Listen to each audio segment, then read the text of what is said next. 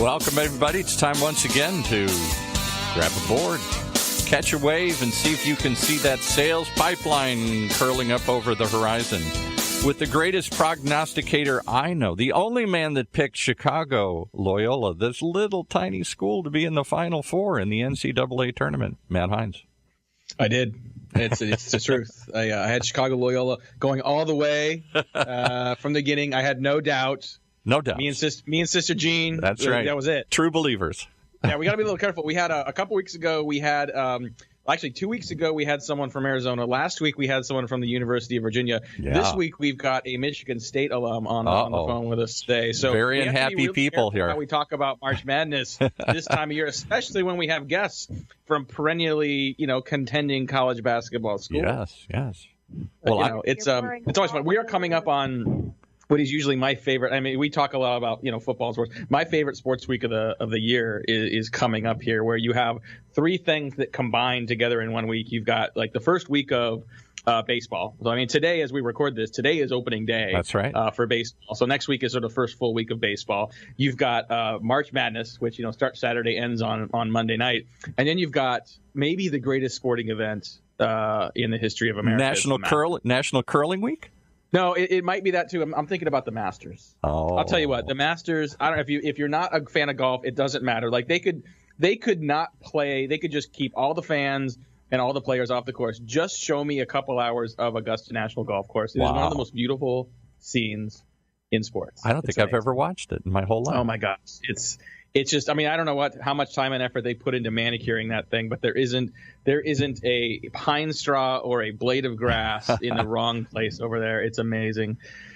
But that's not what we're here for. We're here to talk about Sales Pipeline. Thanks so much, everyone, for joining us on another episode of Sales Pipeline Radio. We are here every week live at 11:30 Eastern, 2:30 Pacific. Thank you for those of us joining us live. I know we have more people every week joining us live, and especially today joining us because of our guests today from Microsoft. So thanks very much for joining us. If you are joining us through the podcast, thank you so much for subscribing.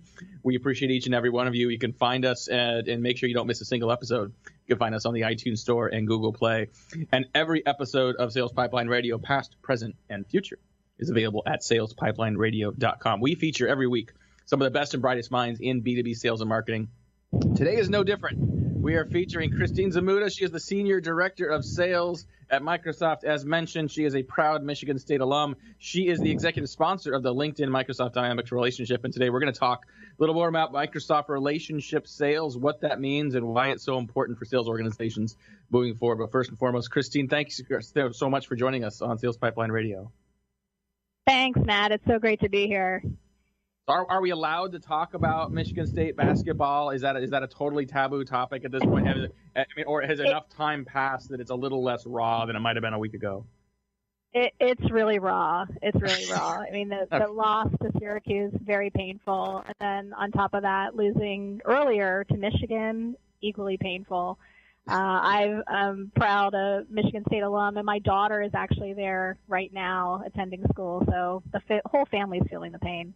Nice. Okay, so we're going to avoid that topic. I may want, if we have time, I want to get around to talk a little bit about. I know you were involved in athletics when you were at Michigan State, and you're involved in a nonprofit that sounds really interesting as well. So I want to get around to that a little later, but want to first talk a little bit about what Microsoft's doing in the B2B space and in sales. And I think, in a world where, for those listening to this program, we talk a lot about, Salesforce, we talk about Marketo, we talk about Oracle. And I think Microsoft has been, traditionally kind of missing from those conversations, but that seems to be changing. I think, one of the things that really sort of, caught people's eye is Microsoft buying LinkedIn. And then now having seen what Microsoft is doing with LinkedIn, especially between LinkedIn and Dynamics to create this relationship sales focus is really interesting. Talk a little bit about how that has evolved and what that means for B2B sellers today. Sure. Happy to give you some color on that. So when you think about all the places we could play, and there are a lot of possibilities for this union, but tackling the seller dilemma was a natural first place of intersection. So if you think about it, Matt, with an installed base of 1.2 billion users of Office, 530 million LinkedIn members, Microsoft's in a really unique position to better the work life of sales professionals everywhere. So we embarked upon a journey. July, launched the solution, Microsoft Relationship Sales, and essentially what this enables sellers to do is benefit from the power of LinkedIn Sales Navigator, where sellers everywhere are using it daily to do research, to stay connected, to line of business decision makers with the experience of dynamic CRM. And we know that sellers are living in three places. They live in CRM, they live in Office, and they live in LinkedIn. So we also wanted to put natural intersections, or I should say integrations, to the Office suite. So as sellers are working contextually, they could tap into some of the LinkedIn information. You know, as an example, we just recently launched the ability for LinkedIn profiles to be surfaced in the Outlook client. And, you know, just little touches like that make a huge difference for sellers everywhere. What we're trying to do to net it out with relationship sales is help sellers build relationships with the right people. As they're starting to engage, make sure that they have access to the right insights, the right recommendations that could help build longer-term trust and credibility. And then, you know, lastly, it's all about engaging at scale, using the technology in an integrated way to make predictions on where sellers should invest, and then ultimately deliver on the promise of turning relationships into revenue. So it is not, I think it is not incorrect to describe CRM systems historically as systems of oppression. And I think that, you know, no matter what system you're using, you know, I think when we did some research last year and asked sales reps to tell us what are the things they do throughout their day, throughout their week that cause them the most distractions from actively selling. And by far, number one was time in CRM. I mean, it is seen as an activity that is a distraction from sales as opposed to an accelerator of sales. And I think that, you know, Microsoft seems to be in a pretty unique position from a workflow standpoint alone, right? To be able to think about the way that sales reps work. You know, you're using email, you're using CRM, you're using a networking tool, you're creating presentations and communications back to your prospect. I mean, to be able to have real integration and to improve the productivity and efficiency of sales seems like a really, really interesting opportunity. You know, curious, you know, now that it's been about a year since the LinkedIn acquisition, you know, what's the roadmap for those products to work together, and what should we be expecting, you know, to see for Microsoft from a relationship sales standpoint? Well, I think we want to sort of flip the notion of CRM being a system of oppression to a system of engagement. We've already started doing that, and I often think about the CRM, or I should say the frontline seller using a CRM system as someone who has been constantly in a bad relationship. And the reason I say that is a lot of these systems have been designed for management. They've been designed for sellers to input their data, share all their contacts, and be able to roll up information to the top line business, but there's been very little in this system to actually help sellers do their jobs better. So what we have done is applied machine learning to a lot of the interactions that are happening in the system. So if you're an individual seller, you're getting real-time engagement from some of the customer interactions, whether that's emails, whether that's calendar invites, whether that's point drive interactions. And if you're selling in a team environment, it's even more powerful because, again, the system is calling all of the interactions and then making predictions on where sellers should spend their time. Because as you may have guessed, sellers in the past, not using a modernized system, they're chronicling and logging things in CRM that have already happened.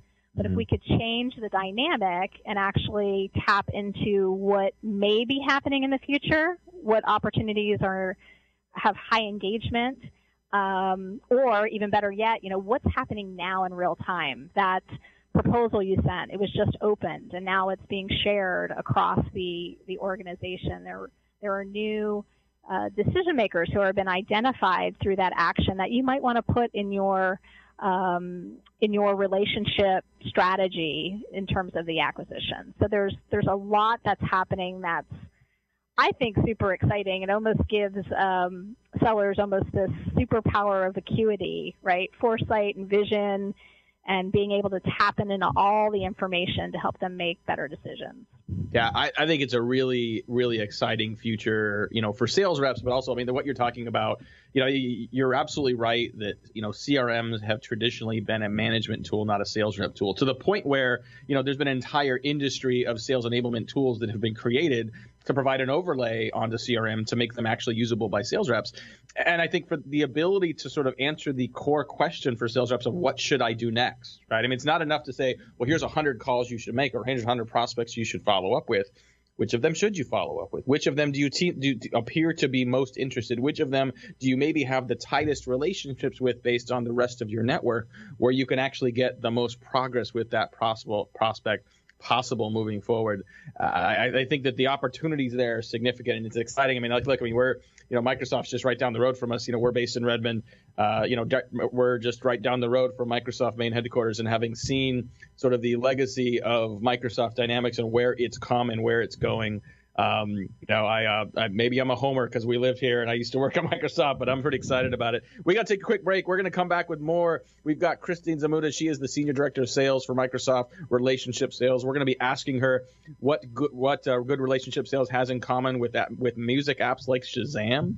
I wonder, Paul, we're going to figure that one out. We're going to talk to Christina as well, since she is not only talking about and evangelizing Microsoft, but she is a seller herself. Talk a little bit about what's happening in differences in the sales and buying process based on new technology and new solutions. Going to pay a couple bills. We'll be right back on Sales Pipeline Radio. In a world where the speed of innovation and change in B2B marketing has never been greater, the only thing bigger is the need for clarity, for a blueprint, for a guide to what's really working. And how about a way to apply it specifically today to increase sales pipeline growth, velocity, and most of all, conversion? That's what you'll find in the Modern Marketer's Field Guide. And amazingly, you can download it for free. HeinzMarketing.com, just like it sounds, HeinzMarketing.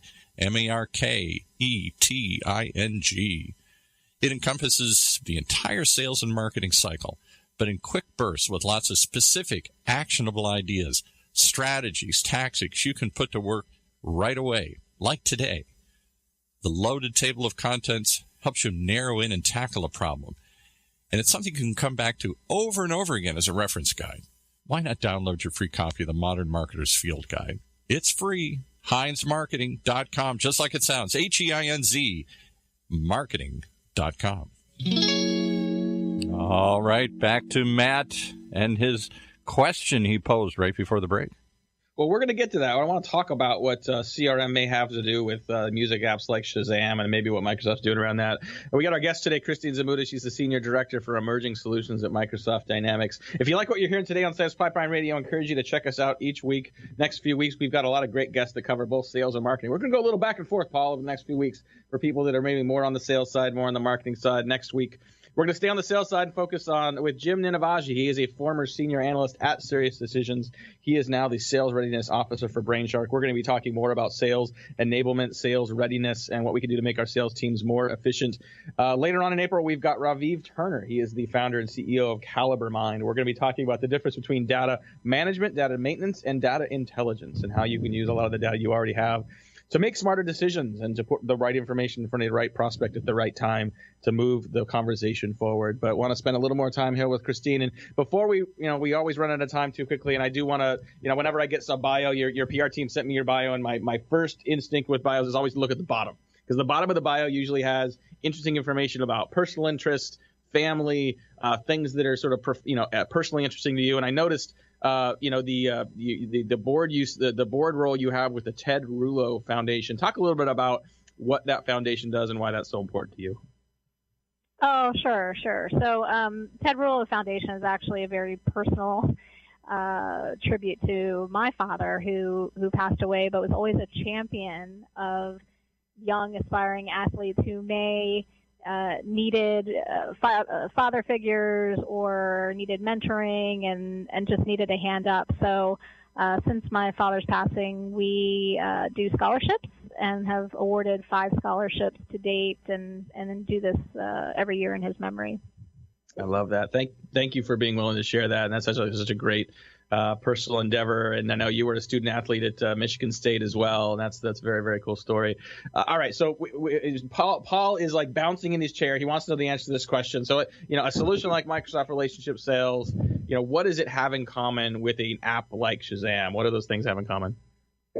Sure. Well, sometimes I think conceptually it's fun to share analogies to draw similarities, and this is always something that you try and do at cocktail parties when people ask you, well, what do you do and what are you working on? But I think about the popular musical application Shazam, and it's one of my favorites. I've used it for years and years. I'm a huge music fan, and I'm still amazed at the fact that you can play a short song clip and the match rate is always incredible. That Shazam comes back to you with the songs, the lyrics, the artist. And what Shazam also did, what a lot of people didn't know about, but they were also predicting who would be the next big music sensation based on engagement. So they predicted one of my favorites, Vance Joy. They've predicted Sam Smith and a whole host of others. And when I think about what we're doing with relationship sales, there are some parallels. It's a lot like the magic of Shazam because we're taking in all of this information in the sales airwaves, whether it's email responses, calendars, point drive interactions, sales navigator in-mails, all of this stuff, and then making predictions that are measured on engagement or non-engagement.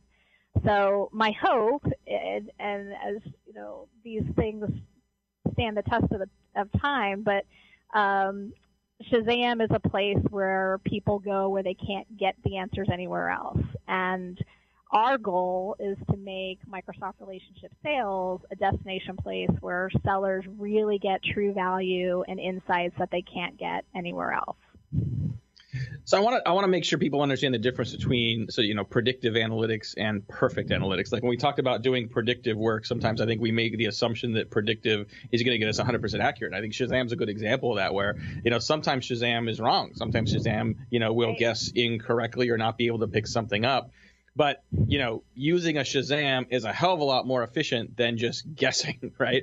And I think with predictive analytics, we're not always looking for 100% perfect answers. But if I think about this in a sales environment, my ability to have a better conversation, a more likely relevant conversation with a prospect at the right time is way better than just running through a list without any level of focus, without any segmentation, without any customization at all.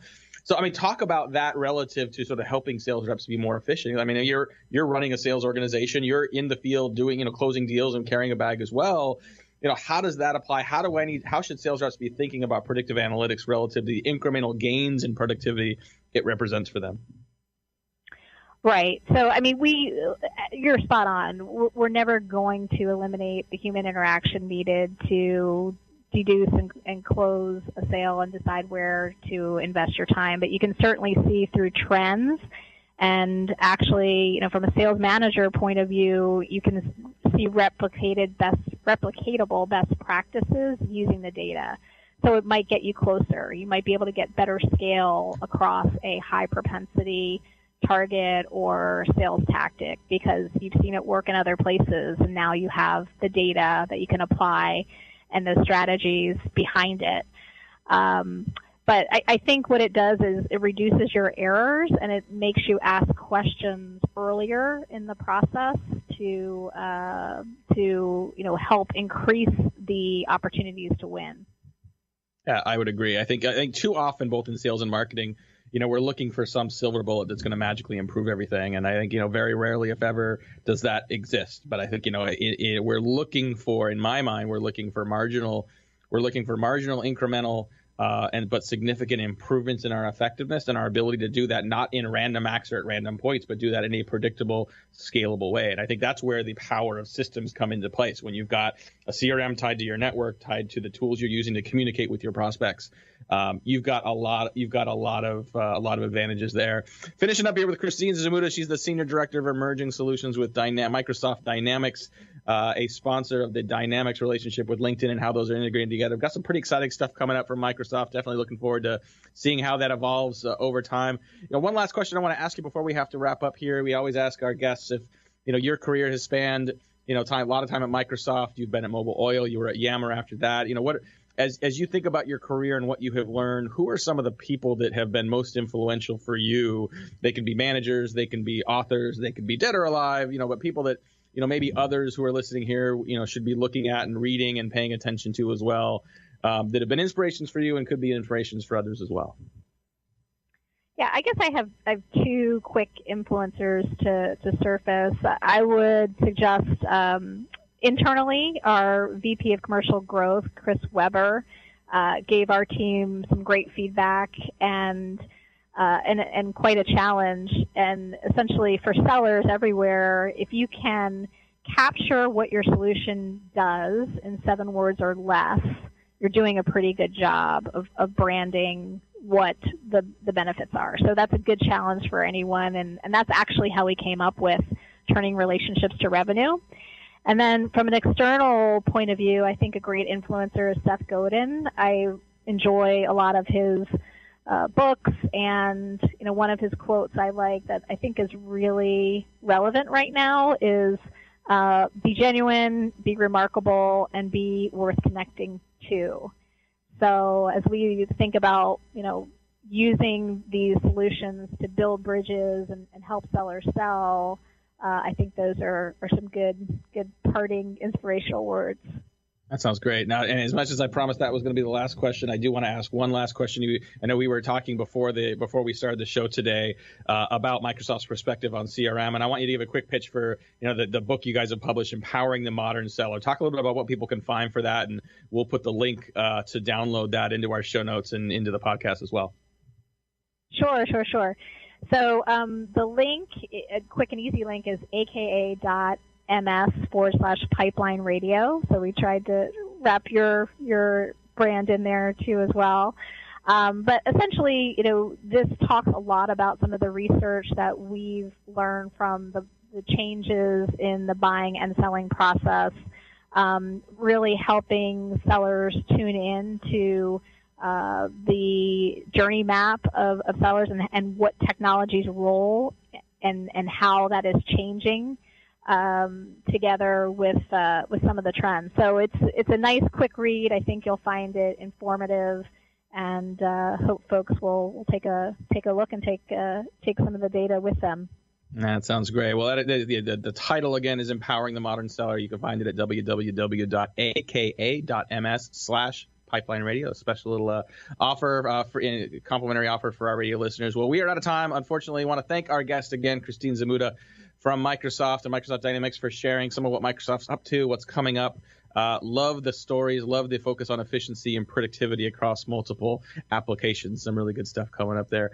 If you liked this episode, want to hear more of it, or share it with your colleagues who may be interested in what Microsoft's doing in B2B sales, you can catch it up online. We'll have a replay of this available on demand at salespipelineradios.com. We will have a summary of highlights from this conversation in about a week up on HeinzMarketing.com. And make sure you join us over the next couple weeks. We got some great upcoming guests in the sales and marketing space. For my great producer, Paul, my name is Matt Heinz. Thank you so much for joining us on another episode of Sales Pipeline Radio.